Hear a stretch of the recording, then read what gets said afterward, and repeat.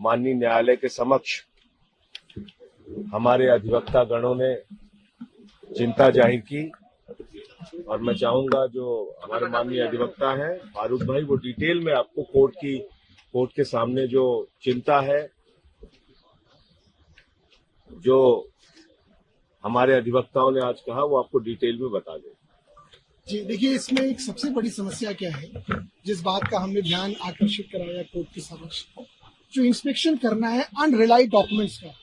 Document दो तरह के होते हैं चार्जशीट पीसी के साथ, रिलाइड अपॉन डॉक्यूमेंट जिसपे ईडी अपने चार्जशीट के समर्थन पे उस पे मुकदमे में रिलाई करती है, और एक लिस्ट, एक कोर्ट का आदेश है सुप्रीम कोर्ट का कि आप जिन डॉक्यूमेंटों को आपने इन्वेस्टिगेशन के दौरान इकट्ठा किया है, अगर आप उस पर रिलाई नहीं भी कर रहे हैं तो उसकी एक लिस्ट जो है वो सारे एक्यूज लोगों को देनी होती है, और एक्यूज को ये राइट है उन डॉक्यूमेंट्स के इंस्पेक्शन का।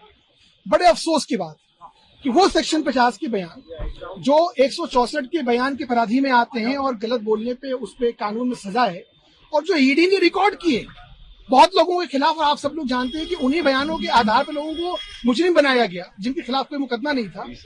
20,000 पन्ने वो डॉक्यूमेंट ईडी जो है वो अनरिलाइड में लगाती है, और जब हम उसकी इंस्पेक्शन बहुत मर्जी के मशक्कत करके कोर्ट में एप्लीकेशन लगा के हम लोग उसको अलाउ करवाते हैं, कोर्ट हमें आदेश देता है, हम जाते हैं, तो जो हमारे कलीग्स वहां इंस्पेक्शन करने जाते हैं वहां 1.5 2 घंटे ईडी दफ्तर के बाहर इस धूप में बैठा रहे हैं वहां। तो अधिवक्ताओं का ये जो तिरस्कार हो रहा था और जो साथ में जो एक्यूज्ड की राइट का हनन हो रहा था, उसको हम कोर्ट के संज्ञान में ले आए कि हम लोग मेल लिख रहे हैं, ये ईडी उसकी मेल का जवाब नहीं दे रही है। क्या ये कानून से बढ़े, क्या ये कोर्ट से ऊपर है? कोर्ट ने उनको आदेश दिया है आज कि आप हर मेल का आपको रिप्लाई लिखना पड़ेगा, कि आज आना है तो भी लिखना है, नहीं आना है तो भी लिखना है। तो इस तरह की बहुत ओछी और छोटी हरकतें मैं कहूंगा। देखिए, मुकदमा लड़ने की एक गरिमा होती है, मुकदमे में एक्यूज को अपने राइट है, प्रोसिक्यूशन को अपने राइट है, पर एक इतनी सशक्त इन्वेस्टिगेशन एजेंसी जो कि जिसके पास पावर का अंबार है, उसको ऐसी छोटी और बचकाना हरकतें नहीं करनी चाहिए। कोर्ट के संज्ञान में ये लाया गया, कोर्ट ने उसको नोट किया। और जैसे एक और चीज है कि जब भी हम लोग कोई भी आवेदन फाइल करते हैं तो उसकी कॉपी हम लोग ईडी को एडवांस में देते हैं। हर मुकदमे में दूसरे पक्ष को एक कॉपी दी जाती है, ईडी कॉपी नहीं देती। हमने कोर्ट के संज्ञान में ये भी ला कि भाई ये देते नहीं है, अगर नहीं देंगे तो बहस कैसे होगी, फिर कहेंगे हम ट्रायल में डिले कर रहे हैं।